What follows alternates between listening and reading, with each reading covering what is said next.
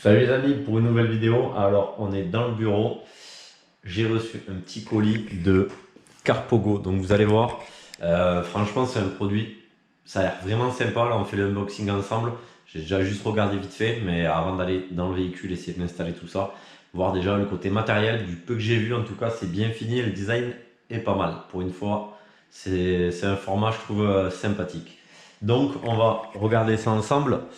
Euh, le petit colis.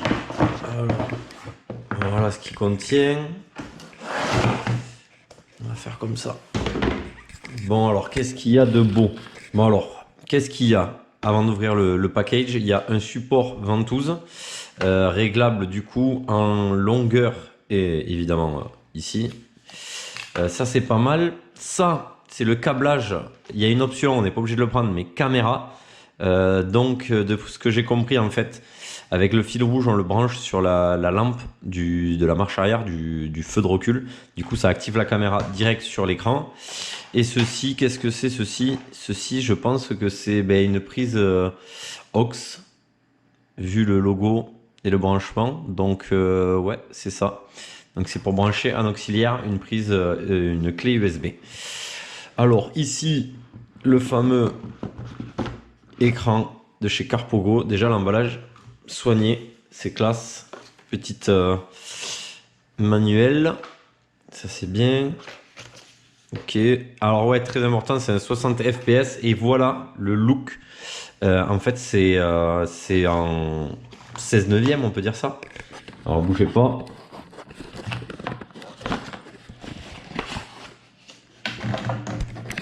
Donc là voilà, donc format 16 neuvième. On a quoi? Une entrée audio, une entrée vidéo, un micro intégré, l'entrée USB et la charge. Donc il y a des haut-parleurs intégrés. Ça c'est pas mal. Elle est en fait autonome, on va dire. Dessus, on a ça, c'est un support à coller si on veut le mettre sur le tableau de bord. Du coup, on colle ça sur le tableau de bord. Après, on met la ventouse dessus. Ça, c'est également un deuxième patch à coller. Si on veut pas toute la partie ventouse, tout ça, on peut mettre ça.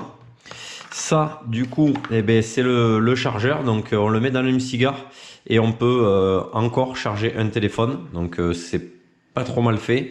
Le seul truc qui m'inquiète à moi, c'est sur mon Vito. Je compte le mettre sur le Vito.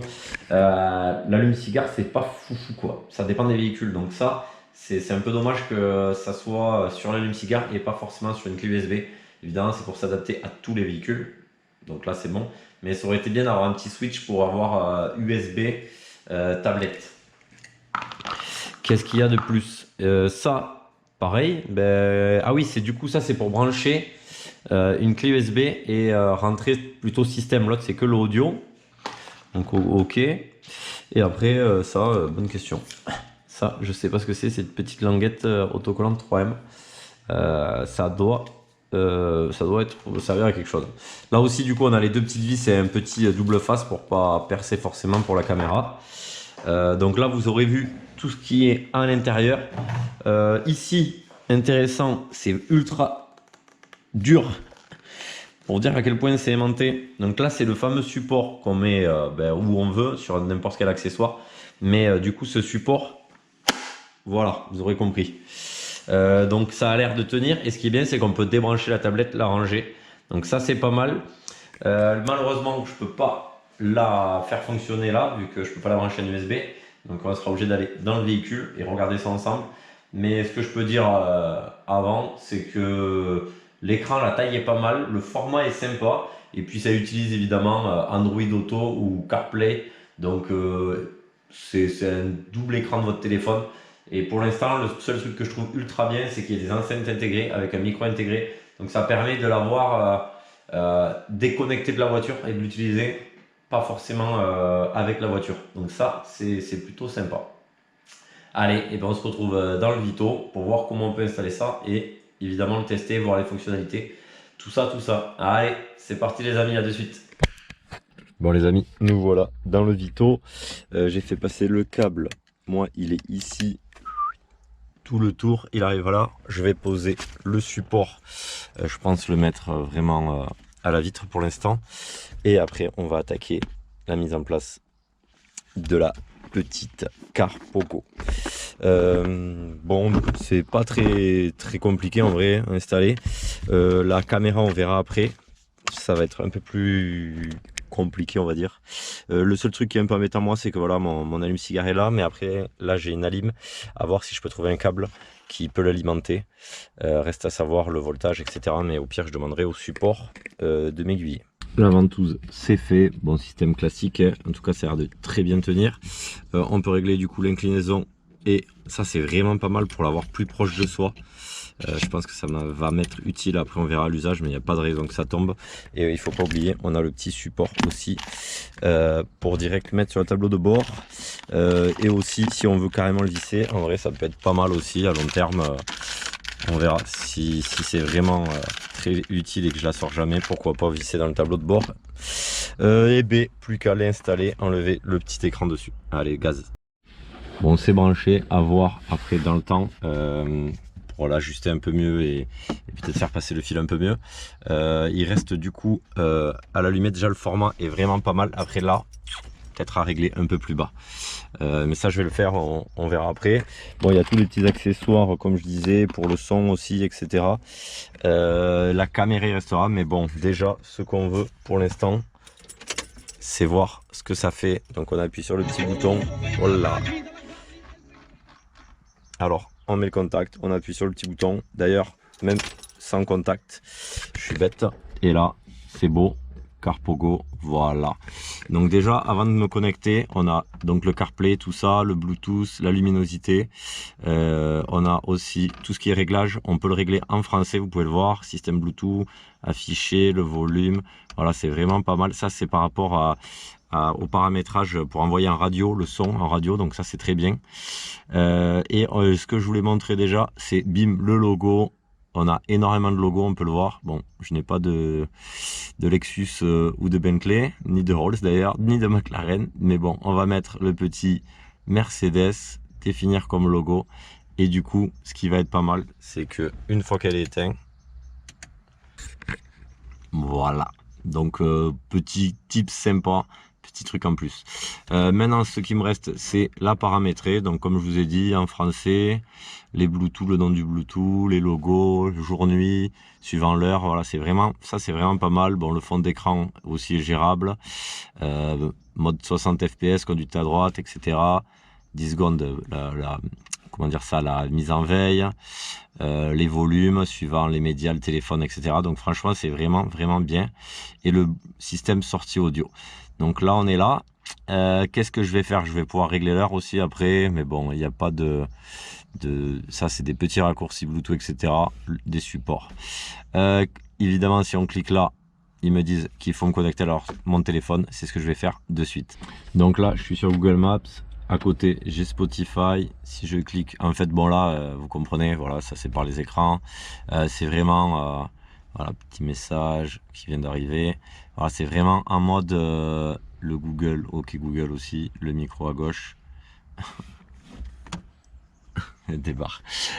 Donc, pas grand chose à dire, hein, sauf le fait que les notifs, sauf le fait qu'en fait, eh ben, clairement, c'est ce que vous avez sur votre voiture neuve. Donc je sais pas si je dois m'étendre là-dessus sur cette fonctionnalité, mais en fait voilà, ça a vraiment le délire des voitures neuves. On a aussi évidemment toutes les applications, évidemment pareil, c'est bridé à CarPlay et à tout ça quoi. Donc si vous voulez, pour avoir, après il faut tout craquer et tout, comme sur votre voiture en fait. Là clairement on a que les applis autorisées par Android ou par iPhone à se mettre en duplex, si vous me comprenez bien en tout cas. Donc là c'est nickel, on peut quitter le mode voiture, revenir là, bim, et connecter. Voulez-vous connecter? Ah, je me suis déconnecté. Bon là du coup je me suis déconnecté, il se reconnecte. Ok, nickel. Donc petite chose intéressante à savoir, c'est est-ce qu'il y a du son? On va essayer de paramétrer le son. Donc là on peut voir que je suis en Bluetooth et que j'ai mis la même fréquence ici, et que du coup c'est pépite, j'ai le son. En fait le Bluetooth va à la tablette envoie à mon poste radio. Donc déjà je peux faire ça sans câble, donc c'est vraiment intégré en plus du Rex. Donc ça c'est nickel, la visibilité est top, franchement le format je kiffe, parce qu'après je vais essayer de me la caler un peu mieux quoi, peut-être plus là, je sais pas, mais voilà, donc ça nickel. Qu'est-ce qu'il y a à dire? Eh ben clairement pas grand chose, hein. Allez, ça m'appelle, donc du coup ça marche bien. Ce qui est intéressant aussi en plus de tout ça, c'est qu'on peut aussi régler en fonction des appels ou de la musique. Donc comme je montrais le son, donc ça c'est vraiment plutôt sympa. Donc franchement, il y a vraiment voilà les aux. Bon, là du coup j'ai déconnecté le FM, donc on peut aussi avec le câble, avec aussi là du coup je serai en direct.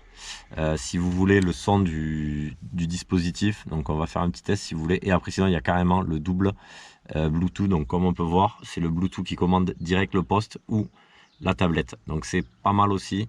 Il y a tous ces modes, enfin franchement c'est ultra complet, donc pas grand chose à dire.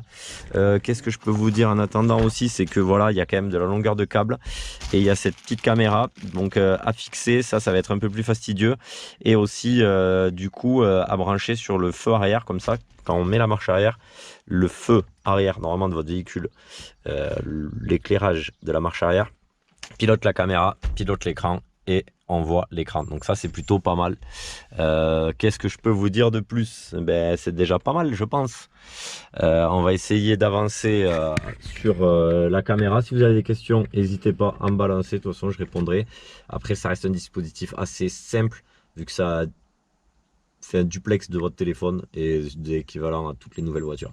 Donc je pense qu'il n'y a pas lieu de débattre, en sachant que le format est très bien, le 60 fps, la qualité, rien à dire. Il reste à voir cette caméra, mais sinon franchement je pense que ça va être ultra sympa. C'est pas énorme, c'est un format plutôt bien et tout, franchement la qualité elle est là, le côté aimanté c'est top, donc je vois pas pourquoi je m'en passerai. Allez, on continue les amis. Voilà la petite caméra, je l'ai branchée direct là-bas. Bon, j'ai pas trop le temps de le faire bien et tout, donc c'est pour ça. Donc j'ai le plus qui devrait aller logiquement sur la borne de la lampe, si vous voulez, de feu arrière, comme ça quand on passe à marche arrière, ça met la caméra en route, et donc là on peut voir, vous allez voir, c'est un peu galère, il faut que je mette à la batterie, donc on va la mettre là, je vais aller activer, je suis chaud au plus là. Donc là on a la caméra et nous voilà avec l'image. Il y a même des petits traits pour guider quoi, pour aller tout droit. Mais la qualité du coup est vraiment pas mal. Donc vous pouvez voir mon siège. Vous me voyez. Bon, vous aurez compris. L'installation, pas très compliquée. Le plus long en fait c'est de passer le fil. Tout dépend du véhicule bien sûr. Moi ça reste un utilitaire. En plus j'ai un haillon et tout, ça complique les choses. Mais sinon sur une voiture classique, souvent les personnes le mettent direct derrière la lunette arrière et tout là, donc parfait quoi, même avec l'autocollant, et au pire deux petites vis, et voilà, et c'est en plus à l'intérieur, moi je peux pas me le permettre, du coup ça complique un peu les choses, et il y a de la longueur, mais voilà, pas de souci là-dessus, donc ça c'est cool, franchement ça c'est vraiment pas mal. Il faut que je me penche là-dessus pour le brancher. Petit test aussi, donc là on peut voir que j'ai le téléphone et le téléphone aussi en Bluetooth sur mon poste en direct sans passer par le FM, donc en fait là c'est pépite. J'ai toutes les infos du CarPlay, donc je peux interagir aussi, et en plus j'ai le poste qui est connecté, donc en fait toutes les commandes du poste marchent avec mon téléphone et tout, donc ça c'est pépite, ça c'est franchement c'est le top en fait. C'est cette config qu'il faut, donc RAS, ça on est bien. Voilà, après je pense que j'ai fait plutôt le tour, tout est vraiment intuitif, pardon. Les réglages, tout est nickel, l'écran est bien, la qualité est ouf, donc on est plutôt pas mal. Bon, je vous laisse là-dessus les amis, je pense que c'est un très bon produit, franchement, la qualité, vous aurez toutes les infos en description. Si j'ai des infos en plus, je les mettrai en commentaire ou je modifierai la description, n'hésitez pas à aller voir quand même, à cliquer dessus. Et puis je pense que on a fait le tour du produit, ça reste pas révolutionnaire, mais ce qui est bien c'est le format, la qualité. le fait qu'on peut les monter en 2-2 et que si on a une autre alim avec les supports fournis, on peut le mettre dans un autre véhicule et le trimballer du coup sur un ou deux véhicules, le véhicule du boulot la semaine et pourquoi pas le véhicule plaisir le week-end. Bon les amis, c'était Manu sur Al, je vous dis ciao ciao, à la prochaine.